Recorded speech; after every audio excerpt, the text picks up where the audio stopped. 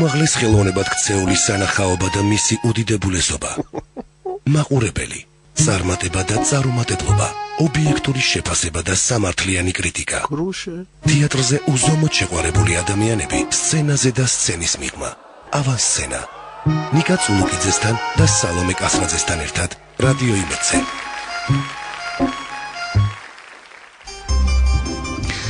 საღამოშვიდობის მოგესალმებით ძვირფასო რადიო მსმენელებო, დღეს სამშაბათია და რასაკვირველია ვსაუბრობთ თეატრზე და არაფერზე თეატრის გარდა.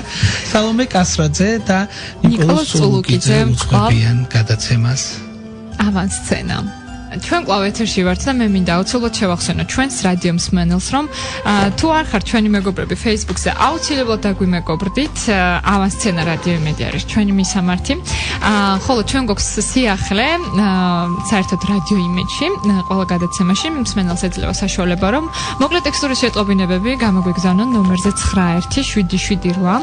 შეგიძლიათ მოგწეროთ და ჩვენ აუცილებლად ამოვიკითხავთ ამ ტექსტებს პირდაპირ ეთერში და მე გეტყვით, რომ SMS გზავნილის ღირებულება შეადგენს თქვენი მობილური ოპერატორის სტანდარტულ ფასს და ამ სერვისით რადიო იმედს უზრუნველყოფს კომპანია SMS-Co. ამისთვის დიდი მადლობა მათ. SMS-Co-ს და ჩვენ ახლა გავაგრძელოთ ჩვენს ირეულ თეატრზე საუბარი. სულ რამდენიმე დღის წინ ძვირფასო რადიო მსმენელებო უნდა მოგახსენოთ, რომ თანამედროვე ქართული თეატრის კვლევის ცენტრმა გამოსცა არაჩვეულებრივი წიგნი ანალიტიკა, პრაგმატიკა და სტატისტიკა, ასე ქვია ამ წიგნს, სადაც თავმოყრილია კონკრეტული თეატრალური სეზონების სტატისტიკა. კვლევის ავტორები არიან ლაშა ჩხარტიშვილი და ელენე ბაბაკიშვილი და ასევე კრებულზე მუშაობდნენ ირაკლი გოგია, ნერო ნაბულაძე, კოჩა ხვიჩია და სწორედ აი ამ წიგნის შემდგენელი ავტორი ლაშა ჩხარტიშვილი თეატრმცოდნე და ასევე ძვირფასო რადიო მსმენელებო სარედაქციო კოლეგიის მთავარი წევრი ქალბატონი მაკა ვასაძე გახლავთ ჩვენი დღევანდელი გადაცემის სტუმრები. ლაშა, პირველ რიგში გილოცავ, იმიტომ რომ ეს არის ძალიან მნიშვნელოვანი, მე გითხარი კიდევაც პრეზენტაციაზე, რომ ეს დაუფასებელი შრომა, მაგრამ აუცილებელი, იმიტომ რომ თუ კი ვინმეს დაინტერესებს რა ხდებოდა იმ პერიოდის ქართულ თეატრში, აიღებენ ამ წიგნს, აბსოლუტურად თვალნათელია ყველაფერი. როგორ გაჩნდა იდეა ამ წიგნის გამოცემისა და შემდეგ უკვე მაკასთან გადავალთ. სიმართლე გითხრათ, გულდაწყვეტით ვიტყვი, რომ ეს იდეა ძალიან დიდი ხანია მქონდა. ჯერ კიდევ მაშინ, როდესაც ახალ დამთავრებული მქონდა თეატრისა და კინოს უნივერსიტეტი და როდესაც გავხდი დოქტორანტი.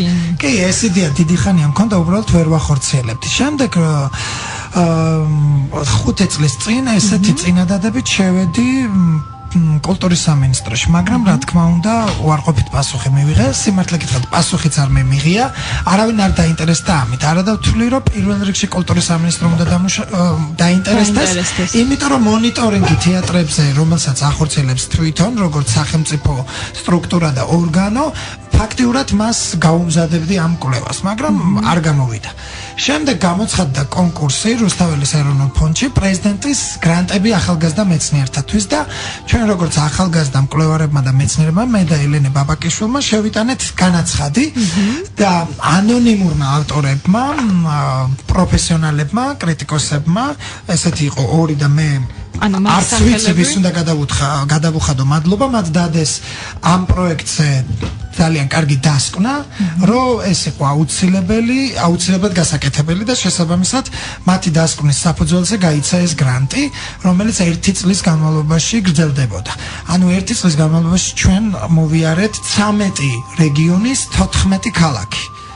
13 რეგიონის 14 ქალაქი. ანუ 13 ქალაქის 14 თეატრი. 13 ქალაქის 14 თეატრი და ამ წიგნში შესულია სწორედ 14 თეატრის მოკლე ისტორია, მათი შენობის ტექნიკური შესაძლებლობები, შენობების ისტორია, დასის შესახებ ინფორმაცია, სცენის პარამეტრები, ტექნიკური აღჭურვილობა, ბიუჯეტები. ეს მხოლოდ სტატისტიკური კვლევა ხო არ არის? არა, რა თქმა უნდა, ისტორიასაც ყველაფერი ერთად არის თავმოყრილი და რაც მთავარია, თეატრი მოგეხსენებათ მაყურებლის გარეშე არ არსებობს, ის არსებობს და ფუნქციონირებს მაყურებლისთვის და მაყურებლის სოციოლოგიური გამოკითხვა. ჩვენ გამოვკითხეთ 800-მდე მაყურებელი, 751.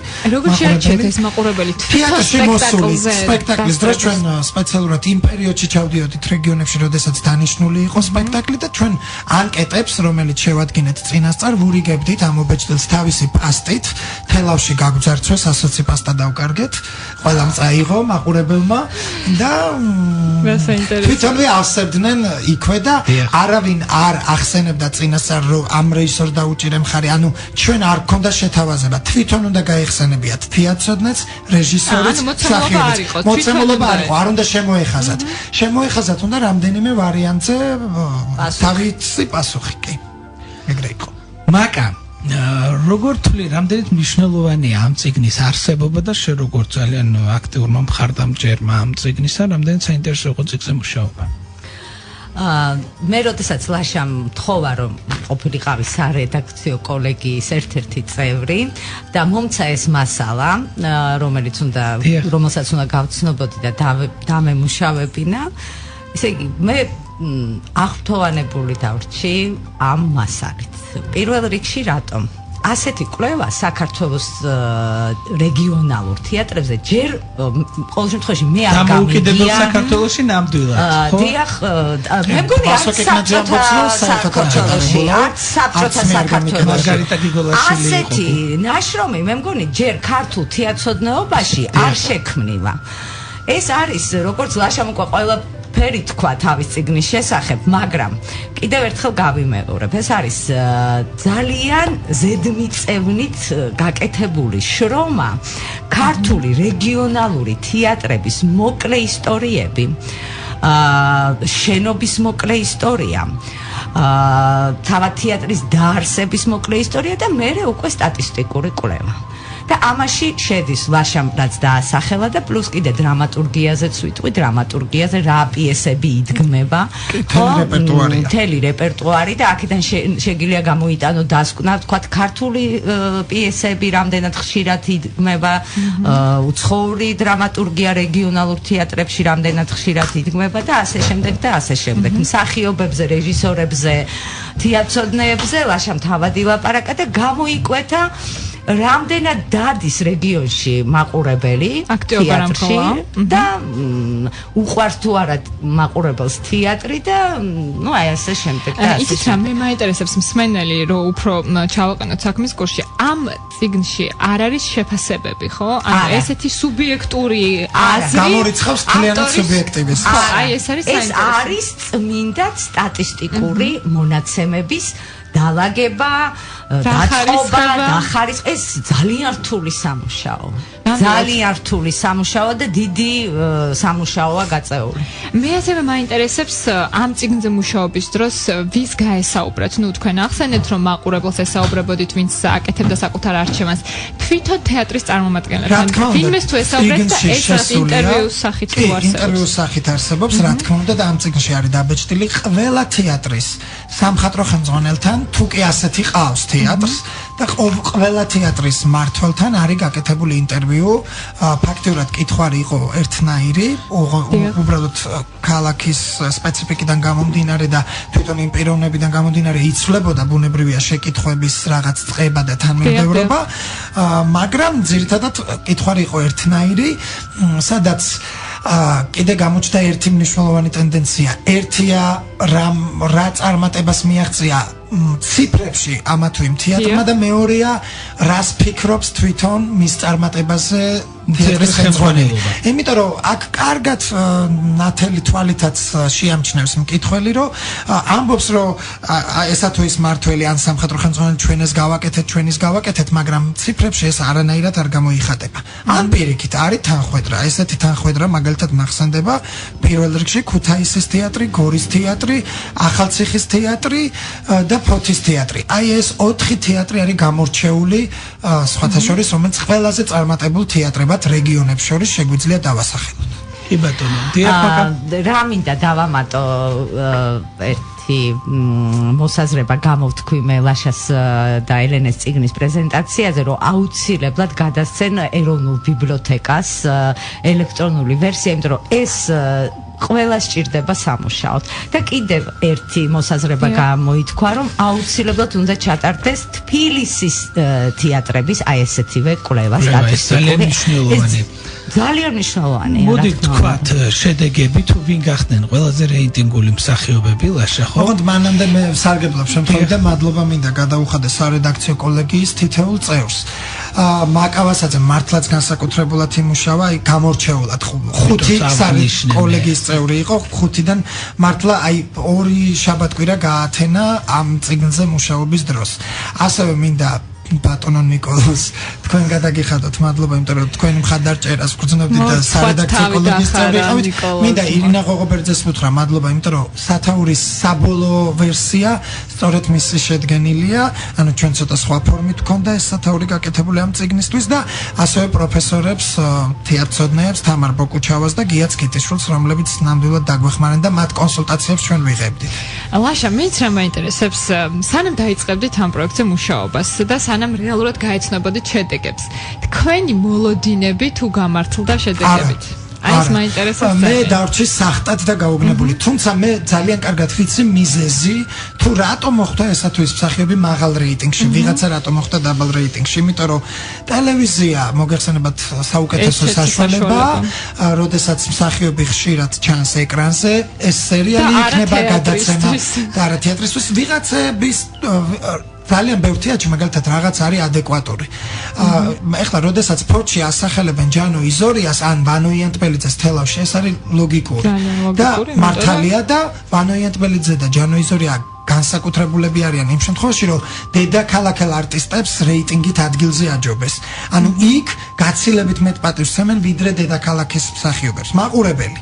და ეს ძალიან საინტერესოა. თუმცა ტელევიზია იმ ფუნქციას ვერ, იმიტომ რომ იქ თლად ვერ. იმიტომ რომ იქ ის მსახიობი უყვართ პირველ რიგში და მერე უყვართ მაგალითად რუსკა მაყაშვილი ან ოთარ მეღვინათოხოცესან ნებისმიერი სხვა. რა თქმა უნდა ეს არ გამოხატავს ცალსახად მინდა აღვნიშნო მსახიობების ხარისხს, მათი შემოქმედების მრავალფეროვნებას, არა. ეს არის მხოლოდ პოპულარობის ხარისხი, რეიტინგი. იმიტომ რომ მოგეხსენებათ რამდენიმე წლის წინ ძალიან პოპულარული იყო დუტა სხირტლაძე, პირველი მსახიობი იყო პოპულარობის მიხედვით და დები გლონტები სერიალიდან, ანუ თამუნა ნიკოლაძე და თათუნები შეშელი, მაგრამ მე აი ეს იყო პირველი გაკვირვება, რომ დუტა და თამუნა ნიკოლაძე აღარ არიან რეიტინგში ისე მაღლა, როგორც მაგალითად რუსკა მაყაშვილი. ნუ ესეც დროის ამბავია, 5 წლის მერე მოჩავატაროთ, ბატონი კახი კავსაძე პირველ ადგილში, ბატონი გივი ბერიკაშვილი, გიორგი ვარდოსანიძე, მურმან ჯინორია, ზურა ყიფშიძე, გიორგი ყიფშიძე, ჟანრი ლოლაშვილი. ქალბატონებში რუსუდან მაყაშვილი, მარინა კახიანი, ნინელი ჯანკვეტაძე, გურანდა გაბონია, ეკა კახიანი, ია სუხიტაშვილი. იცი, სწორი თქვა ლაშამ, ეს არ აღნიშნავს ხარისხს, ეს აღნიშნავს პოპულარობასა და ცნობადობას. დიახ, იმიტომ რომ ყოველთვის ეშლება ხოლმე მაყურებელს და ბევრ ადამიანს, რომ რეიტინგული არ ნიშნავს ყოველთვის კარგ ხარისხს და პირიქით. ეს ყოველთვის ასეა და ეს მე მგონი რეალობა ყველა ამბობს და აღიარებს ამას, მაგრამ ნუ ფაქტია ეს არის, აქ არის ზუსტად მითითებული, რამდენჯერ დაასახელეს ესე თუ ის მსახიობი და აი მსახიობთა საერთო რეიტინგი სქესის მიხედვით ასე იყო. აქვე მოდი ვახსენოთ გუშინ წინ მე გახდით პრემიერაზე ლაშა, ეს არის მარიამ ალექსიძის ჰარირა ქორეოგრაფიით დადგმული სპექტაკლი ჰარირა ჯასურ კახიძის სიმღერებზე, კი ბატონო და მაგა ლაშა მე როგორც ვიცი და ესწრებოდით თქვენს, მე ძალიან მოვიხიბლე რუსთაველის თეატრის ამ წარმოდგენით, სინთეზური სპექტაკლი იყო, იმიტომ რომ დრამის მსახიობებიც მონაწილეობდნენ და ორი სიტყვით რომ ჩვენს რადიო მსმენელებს უთხრათ ამ პრემიერის შესახებ. ვეთანხმები ნიკას იმ საკითხში, რომ არაჩვეულებრივად გაკეთებული ქორეოგრაფიული, ეს არის ფიზიკური თეატრი, მე ასე დავავთ, ფიზიკური მოძრაობის ცეკვისა და ფიზიკური მოძრაობის თეატრის გაერთიანება, სადაც ჩართული იყო მცირე რაოდენობით ვერბალი. არაჩვეულებრივი ქორეოგრაფია მარიამ ალექსიძეს, მე თუ არ ვწდები ეს მეორე ნამუშევარია მისი ასეთი სახის. მე პირველი არ მაქვს ნანახი, მაგრამ მე ჩემს მეგობრებს მე რომ ვესაუბრებოდი, აღმოჩნდა რომ მეორე ნამუშევარია მისი ასეთი ტიპის სპექტაკლის შექმნა გულისხმობ. მინდა აღვნიშნო რომ ბალეტის მსახიობებთან ერთად მოცეკვავებთან ერთად მონაწილეობდნენ დრამის მსახიობები. ისინი არაჩვეულებრივად მოძრაობდნენ სცენაზე, პირველ რიგში ეს მინდა აღვნიშნო. ამავე დროს იგრძნობოდა დრამატული თეატრის მსახიობის ელემენტები. გოგი ალექსის მესხიშვილის მხატვრობა გახდათ, მაგრამ აი ერთი შენიშვნა მაქვს. ძალიან მომეწონა სპექტაკლი და მივესალმები, რაც უფრო მეტი იქნება თანამედროვე ქართულ თეატრში ასეთი სპექტაკლები, ექსპერიმენტები, მაგრამ და ჩემი მოკრძალებული რჩევა იქნება მარიამ ალექსიძის მიმართ, რომ უნდა უფრო მეტი ემუშავა განათების რეჟისორთან. ძალიან დამაკლდა რაღაც მომენტებში განათება. ცოტა მეტი მხატვრობაც ცოტა ხო აი მხატვრული განათება ამას გულისხმობ. დღეს როდესაც ამდენი ფესტივალი ტარდება თბილისში და ჩვენც ასე თუ ისე მივემგზავრებით და თბილისშიც იდგმება ისეთი სპექტაკლები, თქვათ ლევან წულაძის, რობერტ სტურვაზე აღარ ვლაპარაკობ უკვე, დათო დოიაშვილის და ასე შემდეგ და ასე შემდეგ და მით უმეტეს როდესაც ჩვენ დგამ ასეთი სინთეზური ტიპის სპექტაკლი, ის აუცილებელია და კიდევ ერთი იქ იყო ვერბალი ჩასმული. იქ უნდა აუცილებლად ემუშავა ხმის რეჟისორთან. თუ ვერბალს სვამ, მე ვფიქრობ, რომ საერთოდ არ იყო საჭირო, იმიტომ რომ ის სათქმელი რაც უნდათ ეთქვათ, ეს მაინც ჩანდა თლიანად. ეხლა ორი სიტყვით თორე საინფორმაციო რა თქმა უნდა, მეც ძალიან კმაყოფილი დავრჩი ამ სპექტაკლით და მივესალმები, რომ მარიამ ალექსიძე მომავალში ჩვენ ფაქტიურად გვევლინება ერთ-ერთ საუკეთესო ქორეოგრაფად, დამდგმელ ქორეოგრაფად, იმიტომ რომ მე მისი თითქმის ყველა ნაწარმოები მინახავს და ვხვდები და ვაკვირდები როგორ იზრდება სპექტაკლიდან სპექტაკლამდე. მას ჰქონდა რაღაცა ძიებები დაწყებული და ეს ძიებები ვითარდება, ეს მომწონს ყველაზე მეტად და რაღაცა ერთიანი და შეკრული სპექტაკლის დაბეჭდილება დატოვა ამ სპექტაკლმა.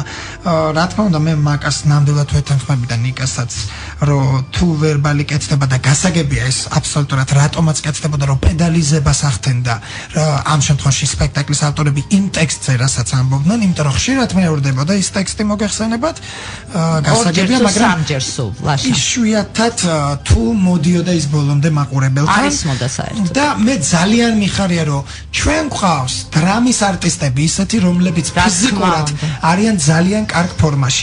მათ შეუძლიათ ამას 6 წლის წინ არ დავწერდი არავითარ შემთხვევაში. მე სტატიაც მქონდა, რომ ვინატრე, რომ 10 მსახიობს რომ მოუყაროთ ახალგაზრდას თავი, რომელსაც ცეკვა, სიმღერა და დრამატული თეატრის არტისტობა ერთდროულად შეუძლიათ, დღეს უკვე შემიძლია ამის თქმა. თანამედროვე თეატრში და ზოგადად და არა მარტო თეატრში, აი ფიზიკურ მომზადებას ძალიან დიდი მნიშვნელობა ენიჭება და აი რაღაც მხატვრული ტანავარჯიშის ელემენტი როცა არის ჩასმული, ძალიან ლამაზია. მე პირადად ეს ესთეტიკა და ნუ აი ძალიან მიხარია, რომ დრამის არტისტები კარგად შეერწყენ. ვამტკიცებდი უკაცრავად, აი ორ წინადადებას ვიტყვი, რომ ქართველი არტისტი არის უნიჭიერესი ბუნებით და მომზადებით. ეს ტკიცება ჩვენი თანამედროვე თაობით. ძვირფასო რადიო მსმენელებო, ჩვენ საინფორმაციოს დაუთმოთ. დროზე შემდეგ უკვე დაგიბრუნდებით ერთ ძალიან მნიშვნელოვან თეატრზე, სასაუბროთ თოჯინების ციხის გულისხმობ, რომელიც ამჟამად უშენობოდ არის დატოვებული, დარჩენილი, რა თქმა უნდა.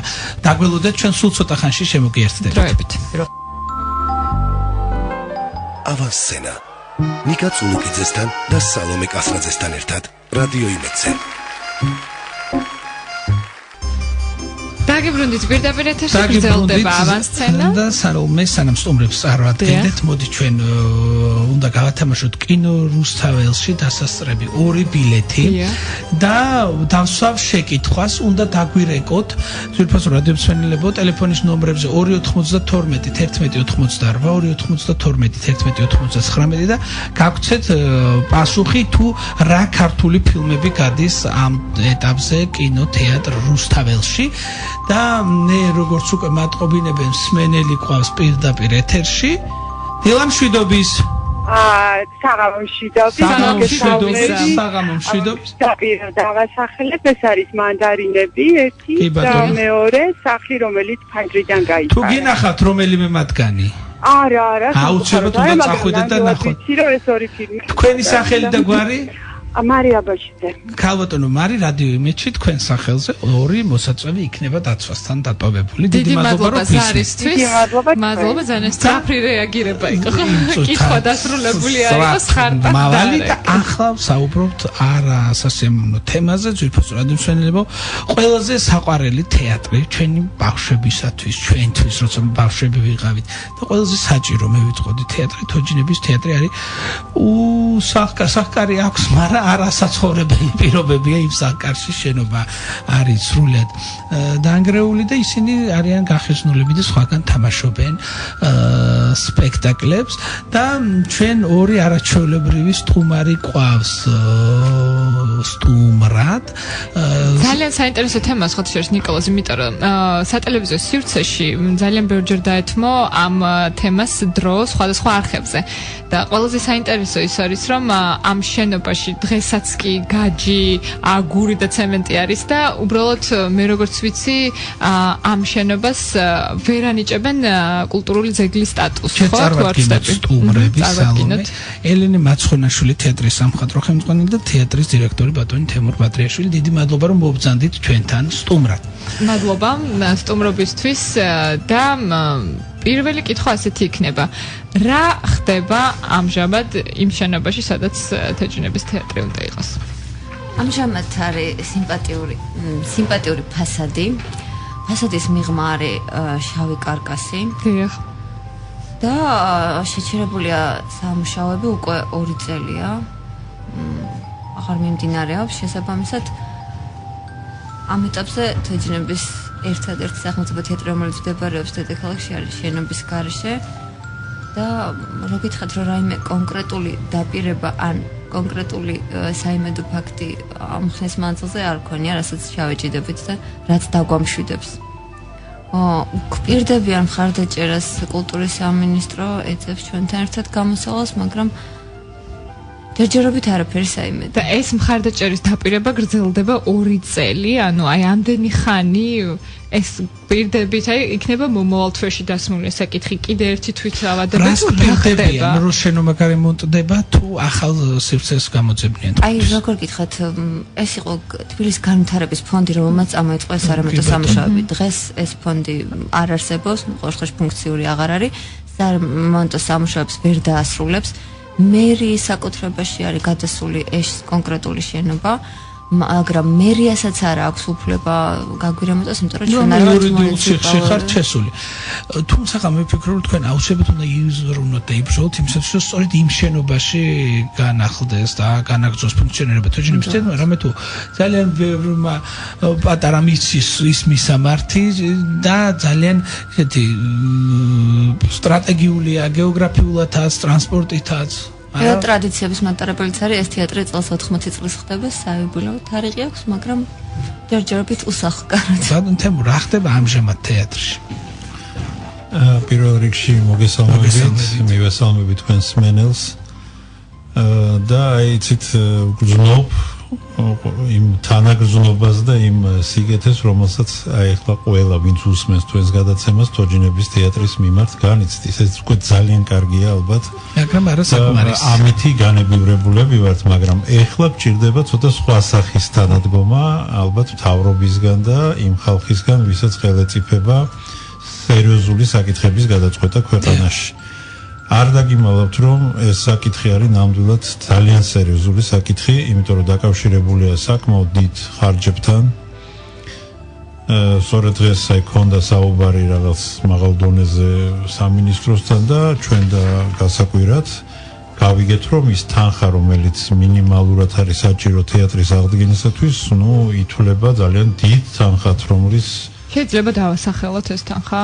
იცით რა რატომაც არა ვთქვათ რა ანუ აქ რაზეა ლაპარაკი აქ არის ლაპარაკი აღმაშენებლის გამზირზე საკმაოდ დიდ ფართზე დაახლოებით 1500 კვადრატულ მეტრზე რომლის საძირკველი არის დაზიანებული იმიტომ რომ აღმაშენებაზე იცით რომ სულ კანალიზაციის და იმის პრობლემა იყო წყალი იდგა სარდაფებში და პრაქტიკულად თითქმის ყველა შენობა იყო ამორტიზირებული და აი ესე იგი რო ვთქვათ ასე თავის გამაგრებიანად საძირკვლიდან დაწყებული თლიანად აშენება ამ თეატრის და აპარატურის და ყველანაირი ასე ვთქვათ ტექნიკის შეძენა საშუალოდ ეხლა მე ზუსტად ვერ გეტყვით ამ თანხას, მაგრამ წინასწარი გათვლებით სადაც 4-5 მილიონამდე ჭდება.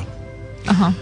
ნუ იცით რა, ეხლა დიდი თანხა რა ნამდვილად არა ვართ არც ერთი მილიონერი და გვესმის რომ 4-5 მილიონი დიდი თანხაა ჩვეულებრივი ადამიანისათვის, მაგრამ სახელმწიფოსთვის რომელსაც არ აქვს სხვა თოჯინების თეატრი და ესეთი საქმისთვის რომელიც არის ბავშვებისთვის აი როგორც ჰაერი აუცილებელი, ეს არაფერი თანხა არ არის. აი ნამდვილად მგონია რომ სახელმწიფოს უნდა ქონდეს რესურსი რომ საკუთარი შვილებისთვის, ბავშვებისთვის გაიღოს ეს 4-5 მილიონი. 5 მილიონიც აღარ დავჭით ქართველები თორე დავდებდით ლარლარს ყველა და მოვაგროვებდით აი ნამდვილად ესე. ასეთ დროს ზოგადად ერთვება ხოლმე ბიზნეს სექტორი და ქველმოქმედები, ვინც მართლა ისეთ რაღაცაში აფინანსებენ და ისეთ რაღაცაში დებენ ფულს, რაც მერე თვითონ მათ შვილებს გამოადგებათ და ამ შემთხვევაში მე მგონი უნდა გააქტიურდნენ ჩემი აზრით მეცენატები და დაინტერესდნენ ამ თემით, იმიტომ რომ 2 წელი მართლა ასე უძრავად დგას ეს საკითხი და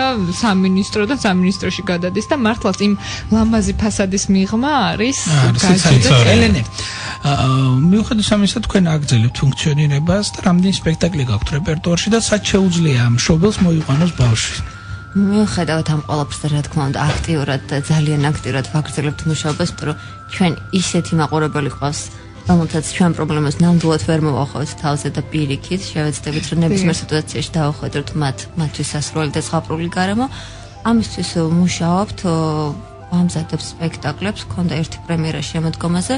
ამ თვეში, ან დეკემბრის თვეში ვგეგმავთ კიდევ 2 პრემიერას, ერთ სარეპერტუარო და ერთ საახალწლო სპექტაკლს და ველოდებით პატარებს. ჩვენ ამჟამად ვიმყოფებით კუსტპის ქუჩა ნომერ 2-ში, ეს არის კულტურის ცენტრი მუზა, სადაც დროებით დავიდეთ ბინა და არამხოლოდ პატარებს ველოდებით ყველას, ვისაც ჯერ კიდე ახსოვს, რომ ოდესღაც პატარა იყო.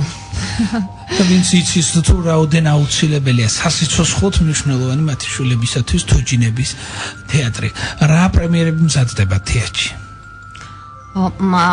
პირველი რაც გაიმართება დეკემბრის დაახლოებით 10 რიცხვისთვის გეგმავთ პრემიერას, ეს იქნება რომეო და ჯულიეტას საბავშვო ინტერპრეტაცია, ანუ შევეცადეთ კლასიკა, მაგრამ ადაპტირებული ვერსია და რაღაცა ისეთი ზღაპრულ და შედარებით მარტივი ფორმით, მაგრამ ლამაზად და ხარტად მიგვეწოდებინა ბავშვებისთვის. თავიდანვე ამასაკიდანვე რაღაცნაირად ღირებული და გემოვნებიანი თუნდაც მასალა შევთავაზოთ. საახალწლოდ უკვე გეგმავთ სპექტაკლ ფანტაზიას, რომელიც არის სხვადასხვა ქართული ზღაპრების ასე თქვა სინთეზი და ესეც ქართული ზღაპრების პოპულარიზაციას ემსახურება. ბატონ თემურ, რას ველოდებით? რისი იმედი გვაქვს, რომ შენობა დაგვიბრუნდება ჩვენ ყველას მთელ საქართველოს? მართლა დავიწყოთ შეგროვება ლარლარის. ცუდი აქცია არ გამოვიდოდა ჩემს შემოგვიდეთ მე ვიყავ ინიციატორი და პირველ შეუძლია ისე ნიკა მართლა ძალიან სწორი გზა იქნება და ეს ხა დაგვრჩა ნუთუ?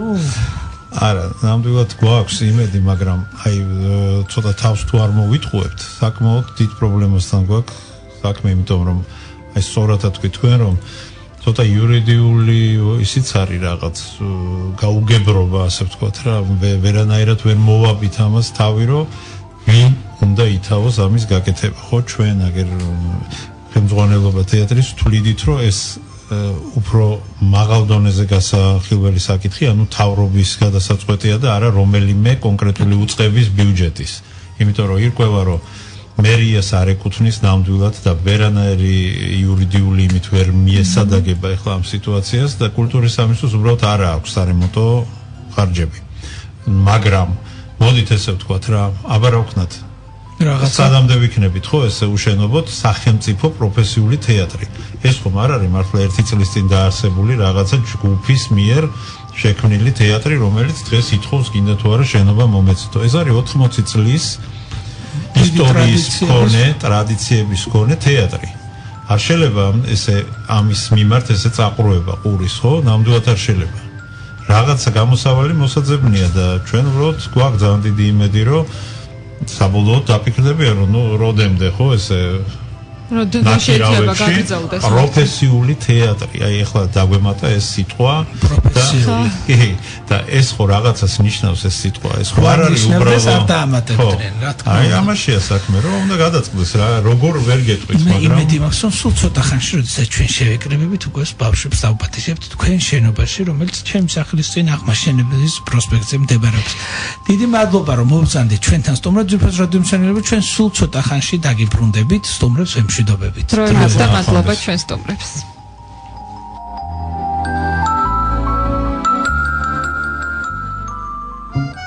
უმაღლეს ხელოვნებად ქცეული სანახაობა და მისი უდიდებულესობა. მაყურებელი, ახალი პიესები, ახალი წარმოდგენები, პრემიერები და ახალი თეატრალური პუბლიკაციები. წარმატება და წარუმატებლობა, ობიექტური შეფასება და სამართლიანი კრიტიკა. თეატრზე უზომოდ შეყვარებული ადამიანები სცენაზე და სცენის მიღმა. ყოველ სამშაბათს 11:10 წუთზე. ავანსცენა. ნიკა წულუკიძესთან და სალომე კასრაძესთან ერთად რადიო იმედზე. დაგიბრუნდით ისევ ძვირფასო რადიო მსმენელებო, რადიო იმედი აგრძელებს მუშაობას და ტკბილი უკმაც ბოლოსთვის მოვიდოვე და დღეს ძალიან მნიშვნელოვანი რამ მოხდა თბილისის სამედიცინო უნივერსიტეტში და შარშან ჩაეყარა ამ ყველაფერს საფუძველი და წელს უკვე სისტემატიური ხასიათი მიიღო. ესე იგი მოყვარულ თეატრალური ფესტივალი, მოყვარული თეატრალური ფესტივალი გაიმართა, ესე იგი იმ სტუდენტებს შორის, რომლებიც არ არიან სახელოვნებო სასწავლებლის მოსწავლეები. ესე იგი თბილისის მოყვარულ სტუდენტურ თეატრთა საერთაშორისო ფესტივალი ნიღაბი 2013. და უნდა მოგახსენოთ, რომ ამ ფესტივალში მონაწილეობდნენ შარშან უკვე თითქმის ყველა უმაღლეს სასწავლებლის სტუდენტები, რომელსაც დადგმული ჰქონდათ სპექტაკლები და წელს გახდა საერთაშორისო, ჩემო ბატონო, და თურქეთიდან და აზერბაიჯანიდან ჩვენი მეგობრები და ჩამოვიდნენ და ისინიც წარმოადგენენ სპექტაკლებს. სწორედ აი ამ ფესტივალის ორგანიზატორი ლიკა გაბროშვილი, ერთ-ერთი ორგანიზატორი არის ჩვენთან ერთად სტუმრად და დღევანდელი ფესტივალი გაიხსნა სამედიცინო ინსტიტუტის უნივერსიტეტის სპექტაკლით და აი ამ სპექტაკლში მონაწილე ორი მთავარი როლის შემსრულებელი ყავს სტუმრად ალექსანდრე შენგელია და რუსკა რურუა. მოგესალმებით. ძალიან დიდი მადლობა რომ მოხვედით ჩვენთან. თქვენ დიდი მადლობა. და ლიკა, მოდი პირველი დავიწყოთ შენით. რამდენი სპექტაკლი იქნება წარმოდგენილი, ვინ არიან ჟიურის წევრები და რამდენი ადამიანი იღებს ზოგადად მონაწილეობას ამ ფესტივალში? ესე იგი, ფესტივალის განმავლობა ვიცით რომ არის 10 დღე, 9 საკონკურსო დღე, ანუ 9 სამოყვარულო სტუდენტური თეატრალური, ასე ვთქვათ, დასი მიიღებს მონაწილეობას ამ ფესტივალში. მინდა ვთქვა, რომ შარშან წელთან შედარებით ბევრად უფრო მასშტაბურია ეს ფესტივალი, თუნდაც საქართველოს ფარგლებში რო ჩავთვალოთ, ბევრად უფრო ბევრი, ასე ვთქვათ, ქართველი სტუდენტი იღებს მონაწილეობას წელს ნიღაბი 2013-ში და ასევე როგორც აღნიშნეთ, აზერბაიჯანი და თურქეთიც ჩამოდის. რაც შეეხება ჩვენ ჟიურის წევრს, მინდა ვთქვა, რომ ჩატარდა ესე იგი გამოკითხვა და ერთხმად შეიძლება ითქვას, რომ სტუდენტებმა გადაწყვიტეს მათი, ასე ვთქვათ, არსებობა წელს. თუ ვინ იქნებოდნენ ჟიურის წევრები? დიახ.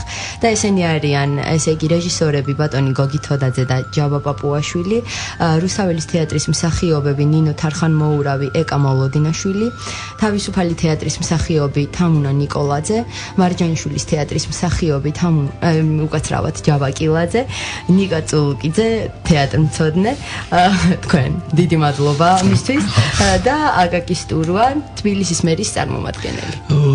თბილისის მერი ახსენე, ვინ არის სპონსორი, უпроსტოდ ორგანიზატორები ვიცით? კი ბატონო, დიდი მადლობა მინდა გადაუხადოთ მერიას, რომელიც წელს ჩვენი, ასე ვთქვათ, ფინანსური მხარდამჭერია, ასევე თბილისის სახელმწიფო სამედიცინო უნივერსიტეტს, რომელიც უკვე მეორე წელია მასპინძლობს ჩვენ ფესტივალს. დიდი მადლობა ასევე TBC ბანკს, სასტუმრო ლოპოტას, რომელმაც ძალიან ესეთ ვთქვათ დიდი პრიზი დააწესა 9 ნომინაციაში გამარჯვებული სტუდენტისთვის. ჩვენი მედია პარტნიორები კი არის აფხაზეთის ხმა. კი ბატონო და ეხლა უნდა გითხრათ ესეთი მნიშვნელოვანი რაღაც თქვენ ხართ მონაწილეები ამ ამბის და ჩვენ რა თქვენ თავზე ვერ ილაპარაკებთ მე ვიტყვი რომ ესე იგი უნდა აღნიშნო ძალიან მნიშვნელოვანი ეს ბავშვები თამაშობენ ისე ძვირფასო რადიომსმენელებო როგორც შეშურდებათ ალბათ ხშირ შემთხვევაში თეატრალური ინსტიტუტის სტუდენტებსაც კი რამე თუ დახვეწილი მეტყველებით სასემსრულებლო ოსტატობის მრავალფეროვნებით საოცარი სიყვარულით მე დარწმუნებული ვარ ძალიან გიყვართ ეს საქმე ხო აი როგორ მოხდა აი ამ სფეროში თქვენი ინტეგრირება აი რუსკა როგორ გადაწყვეტე რომ შენი ექიმი ქალის ცხოვრება დაგეკავშირებინა თეატრისთვისაც ნუ ეს ბავშვობიდან მოდის 3 წლის ვიყავი პირველ სცენაზე როდესაც გამოვედი ოღონდ მღეროდი და ამის შემდეგ სცენა გახდა ჩემი ცხოვრების ნაწილი მიუხედავად იმისა რომ მედიკოსი ვარ და ექიმი უნდა ვიყო 2 წელიწადში უკვე ჩემთვის ეს ძალიან დიდი სულიერი საზრდო არის და სცენა არის ჩემი მეორე მე ძვირფას კეთილი და პატიოსანი ალექსანდრე მე მაგალითად შავშანაც როდესაც ვნახე შენი სპექტაკლი არ მახსოვს შენ თუ გახსოვს თორე მე ზუსტად მახსოვს გითხარი რომ დაანებე ექიმობას თავი წამოდი თეატრალურ ინსტიტუტში თქო წელს ამ მოსაზრებას იზიარებს ჟიურის სრული შემადგენლობა რას ფიქრობ კიდე ექიმობა გინდა თუ მოწამოხვალ თეატრალურში არა აღარ მინდა ექიმობა არ მინდა ვიცი რამდენიმე წელია უკვე რამდენიმე მეორე წელია უკვე გადავწყვიტე რომ შევიცვალო პროფესია და რაღაცნაირად მედია ყველაფერი კარგად იქნება იმიტომ რომ ვიცი ვიგზენი თავი სცენაზე ისე როგორც არ მგონია ვიგზნო თავი თეთრი ხალათით ბოდიში ექიმებს და ძვირფასო რადიომსმენელებო აი რა ძალა აქვს სცენას და თეატრს ექიმ კაც ამდენ წელნაწოლებს გადააწყვეტინა რომ მე დარწმუნებული ვარ რომ ეს სწორი არჩევანია და შენ დარწმუნებული ვარ კარგი ექიმი იქნებოდი მაგრამ შენ ისეთი სენიური ხარ და ისე ფლობ ატმოსფეროს და ისეთი ხიბლი გამოდიხარ და მღერი ცეკვა და ყველაფერი შევი რომ ასეც უნდა იყოს რუსკა შენ ხوار გიფიქრია რომ მე გაგეხადა ხალათი სანამ აბიტურიენტი ვიყავი ძალიან ვფიქრობდი ამაზე აი ორჭოფობდი მართლა მედიცინასა და თეატრს შორის აი ძალიან სერიოზული პრობლემები მქონდა ოჯახში ამასთან დაკავშირებით მაგრამ ბოლოს მაინც მედიცინაში იცი რა მე ვფიქრობ ყველა ექიმისათვის აუცილებელია რაღაცა სამსახიობო მონაცემების ფლობა იმიტომ რომ ექიმი თავისი სიტყვით გამომეტყველებით ვიზუალობით ძალიან ბევრს ნიშნავს მე მაგალითად იმას რეცეპტს და გამოწერილ ფურცელს და დიაგნოზს მირჩენია ექიმი რას მეტყვის ერთხელ არ დამავიწყდება არასოდეს ყელი მტკიოდა რამდენიმე ხნის განმავლობაში და მივედი ექიმთან და ვკითხე ჩამხედა და მიყურებს ეს პროფესორი კაცი და მიყურებს და ჩამანათა და მომანათა და მე გაახშენილი ყენ ექიმო ვიხუმრე ვფიქრე გავახალისებ ამ კაცს და კი ბო ხო არ არის თქო ისე კითხა დაფიქრდა ეს კაცი გადააკვირდა რა ვიცი всё მოვკვდი იმ სამარძელში მე ამიტომ ექიმის სიტყვას დიდი მნიშვნელობა აქვს და ეს ყველაფერი შენ გამოგადგება ესე იგი როდის იქნება დახურვა და რა პიესები იქნება რეპერტუარი თუ იცი ლიკა სპექტაკლებისა კი ბატონო ესე იგი დახურვა იქნება 5 დეკემბერს TBC გალერეაში და პიესები არის შემდეგი ესე იგი დღეს წარსდგა TSSU თბილისის სახელმწიფო სამედიცინო უნივერსიტეტი ტყუილი გრძელ ფეხებზე შემდეგ ხვალ ესე იგი იქნება კავკასიის საერთაშორისო უნივერსიტეტი სპექტაკლი უცნაური სიჩუმე აირგვლივ მერე არის SEU ანუ საქართველოს ეროვნული უნივერსიტეტის სპექტაკლი რომეო და ჯულიეტა შემდეგ არის გრიგოლ რობაქიძის სახელობის უნივერსიტეტი სპექტაკლი სასტუმრო 2 სამყაროს გასაყარზე მერე არის ჩვენი ქუთაისის ანუ სახელმწიფო უნივერსიტეტი რომელიც ითამაშებს ამაშია საქმე ჩვენი თურქიის სტუმრები სიყვარულის ყვავილები მერე არის ბათუმის უნივერსიტეტის სპექტაკლი ლივშტა ხოლო მერე არის ჩვენი მეორე სტუმრები ესენი არიან აზერბაიჯანელები რომლებიც ითამაშებენ სპექტაკლს ერთ-ერთ სპექტაკლს და TSSU დახურავს ფესტივალს სპექტაკლით ბერნარდა ალბას სახლი და ვიტყოდი აზერბაიჯანზე გამახსენდა უკაცრავად ის თუ არა ეს იყოს ხო ის თუ არა ეს უნდა იყოს სხვა სპექტაკლია მახსოვს მე სერვი ჩეჩეკლერი. კი, ეს თურქები არიან. დიახ. ანუ სიყვარულის ყვავილები ნამდვილად. ესე იგი, მე ძალიან დიდი მადლობა მინდა გითხრათ, რომ მოხვედით ჩვენთან სტუმრად. ალექსანდრე, მე დარწმუნებული ვარ, ერთ-ორ წელში როგორც ისეთი დიდი თეატრის მსახიობი გვეწვევი შენი შესრულებულ როლზე. კი, ნამდვილად და გისურვებთ წარმატებებს და დაველოდოთ რა იქნება შემდგომ სპექტაკლების შედეგები და ვინ გაიმარჯვებს და ვინ წავა ლოპოტაში დასასვენებლად. ნახვამდის. დიდი მადლობა მოწვევით. კარგად გრძანდებოდეთ. კარგად. ავანსცენა ნიკა წულუკიძესთან და სალომე კასრაძესთან ერთად რადიო იმედზე.